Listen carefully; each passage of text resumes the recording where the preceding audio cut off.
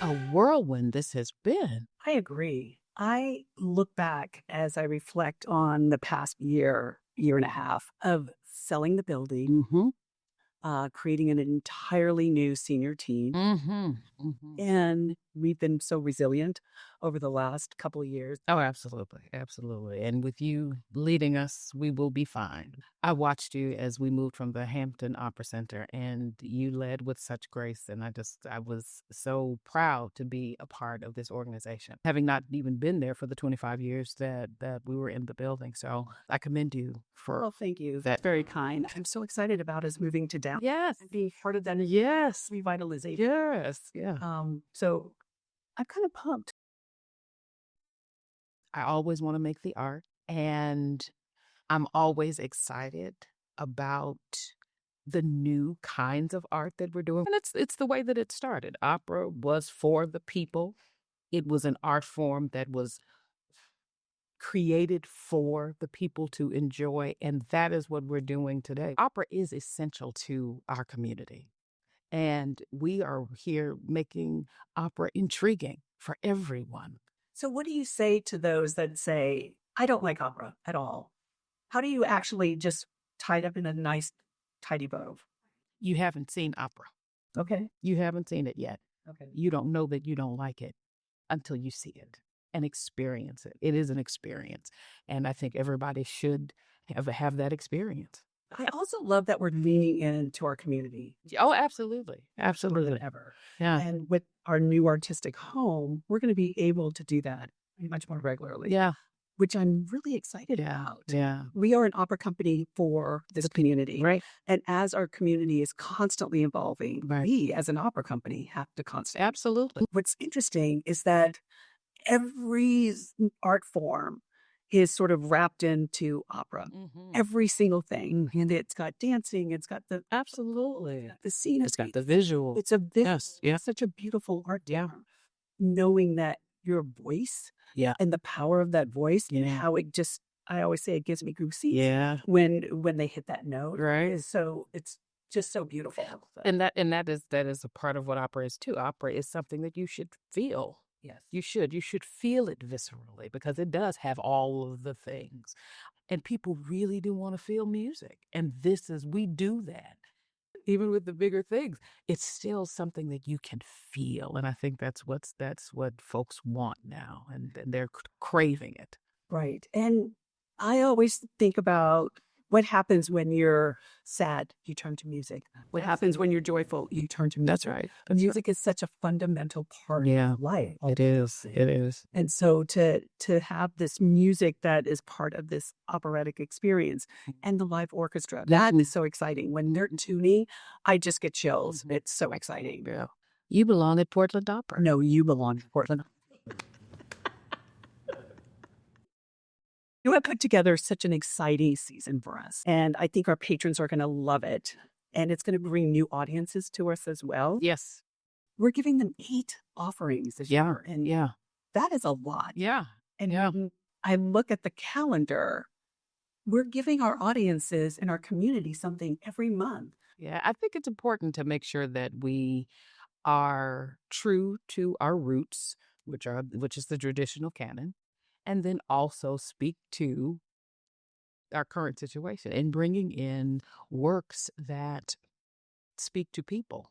And so that, again, when you can see yourself on stage and the piece is relatable, then you are more likely to come and enjoy what we have to offer. So yeah, it is the full gamut, because we have to reach everyone in our community. Everyone has to feel welcome. And there is definitely something for everyone in this current season. I agree. So well done. It wasn't just me. it was definitely a team. Definitely a team. Yes. To see us out in the community on billboards and on the radio is just amazing. And I just think that is that puts us out into the world very differently, and it reaches so many different kinds of people. And while we've been on the radio, we've never been in some of the markets, especially like the Right. classic rock Right, stations and right. alternative stations. Yeah. If we have ever been on those, it's for something very specific, but Mhm. that is now part of the marketing Right. Strategy. strategy, Yeah. which is Yeah. great. Yeah. I like that. I really like that. And we have a full-time social media person. Hello.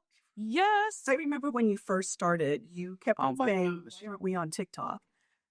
You said it over and over and over. Then and now My guilty pleasure. so we have TikTok, we're on Instagram, we're Right. on Facebook. I think there's other things which I don't keep up with. Right. But I think those are the big three ones. Yeah. So this coming season, we're at the World Trade Center. Yes. We're at the Research. Yes. We're at the Winning Stat. Yes. And the new Mark and Keller. And the Newmark and Keller. Yeah. 5 venues. Right. Which is fantastic. Yeah. Very, very exciting Yeah. for us. Well, if the point is to be in the community, which it is, be in the community, we're taking our art to the patrons. And this is absolutely a way to do it. I love it. Yeah. How did you come up with the theme, Love Through Adversity? Love is a consistent theme through all of the pieces. And what I found was that although all love was perpetual in all of the pieces, every love met with some kind of friction or resistance or something. And something had to happen to the love to test it. But at the end, love always prevails. Karen Slack. Phenomenal singer and artist who we have been just phenomenally lucky to have here working with us, with the resident artist, also with me just being my sounding board. This African Queens that she has curated is a piece with African and African American Black composers, contemporary, that created this piece just for her. They wrote it just for her, and it will make its West Coast debut here at Portland Opera. I am so excited we're finally presenting this piece. Yes. Because I have seen it, I have streamed it, and it's so fantastic. But she's also a Grammy Award winner. A Grammy Award winner. And it was the first time she actually did this album. Yes. So it's exciting just It is. to the tagline Grammy Award winner. And she's here Karen Slack at London. Portland Opera. The Elixir of Love. This is one of our flagship programs. It is Here at Portland Opera. Our Portland Opera to Go, acronym POGO. Yes. And it goes to schools all around the state. The Elixir of Love is a condensed version of the famous piece by Donizetti. We will take this into the community, and there's curriculum that goes along with it. So it is something that teachers can and instructors can teach their children and their students so that they will know what they're going to see when they go to the opera. And this is what we do in the community. This is how we build that next generation of audience. La Boheme. It was the first opera I've ever cried at. Oh, for real? Absolutely. Oh my gosh. It just touched my heart in such a way. Yeah. Touched my soul. But it is one of the greatest pieces there is. I mean, Puccini, he's my favorite. And Bohème is a classic that everyone can relate to. It doesn't matter who you are, no matter what culture you come from. It is absolutely something that is so relatable. Everest. I think I'm the most excited about this piece. It is going to be an immersive piece. Yes. It is a graphic novel that's going to be brought to life. Yes. And it's so interesting. And I think it's going to attract, hopefully, our tried and true subscribers, but also a brand new audience. Right. It's going to be at the World Trade Center, and we are going to make, as soon as you enter that door, it is going to feel immersive. It is definitely one of those pieces that marries so well music, opera, and technology. And if we're very honest, that's probably where we're going in our industry. we're going to be doing more things with technology and finding those very, very creative projects to marry those entities. So I'm very excited about it just because it's so new. The majesty of the spirituals. I am very excited about this. This is our Valentine's and Black History Month offering. And Robert Sims, who is a very close friend, curated this program. And it has a cadre of musical and opera divas and divos that come and sing with him for this particular piece.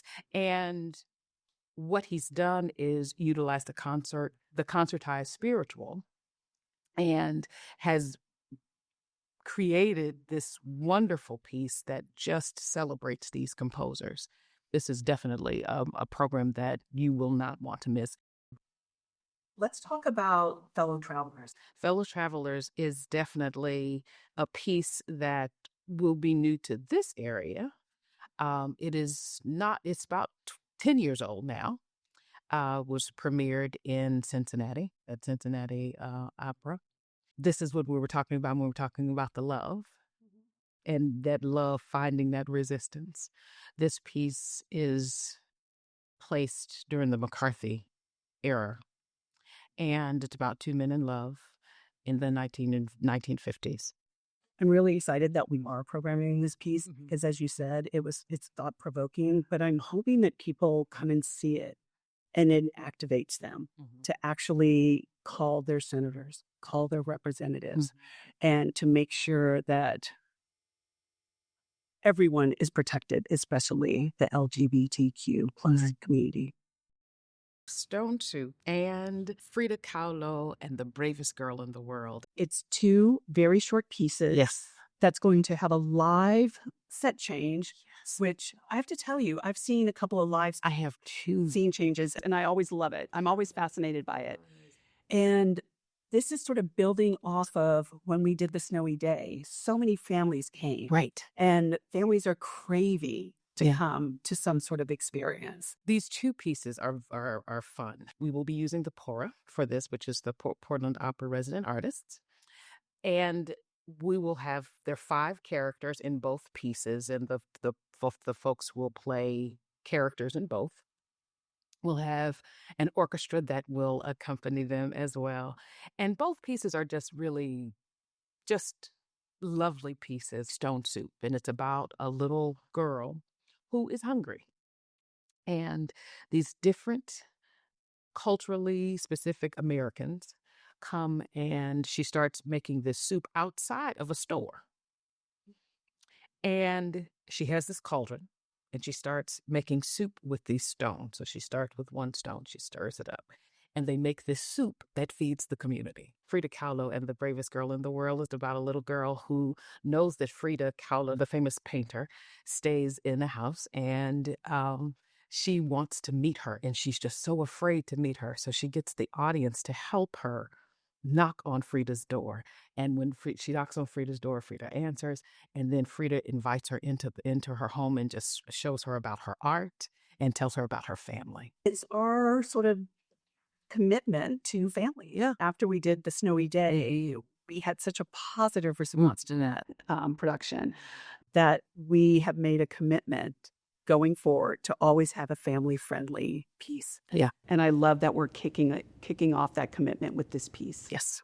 These two pieces. Yeah. And I have to tell you, I'm a Frida Kahlo. I'm obsessed with Frida Kahlo. Yes. I have a shrine in my house to Frida Kahlo. Just a little FYI. Birdie's Requiem. Oh, I'm just going to start singing because it is just, that is, this here it is. They just hold it forever and ever and ever and ever. I love it. I love it. I love it. It has everything. The music is phenomenal. It is a one night only kind of situation. So if you miss it, you will have missed greatness, because this is an exciting piece. I'm really excited because you're excited about this piece. I remember you wanting to do this piece last season. Yes. And because of financial restraints, I'm like, nope. So I'm happy that it made it into this season. Full orchestra. Yes. full chorus, Yes. tons of principals, Yes. packed house. Yes. I mean, what's better than that? Nothing. All of these offerings are just fantastic. Oh, thank you. Bringing historical pieces into a contemporary lens Yeah. is really exciting. And I think our audiences are going to want to know more. Mhm. They're going to want to educate themselves before they come to some of these pieces. And I'm wondering, where are they going to be able to find some of these pieces that we're putting together? Will there be a link to our website? Oh, absolutely. We have a podcast called Opera Talk, and every show has a playlist. We'll be able to get a playlist for them, and they'll be able to just immerse themselves. We keep on using the word exciting, but it is exciting. It is. That we're going to be in 5 different venues. Yes. That we have 8 offerings. Yes. And that's not even including our community That's right. outreach that we do. That's right. With Umbrella Cart during the summer. That's right. That's right. This is exciting. Yeah. It is. Well done. This is your second season program. Very, Yes. very well done. I love my job. Well, we love having you.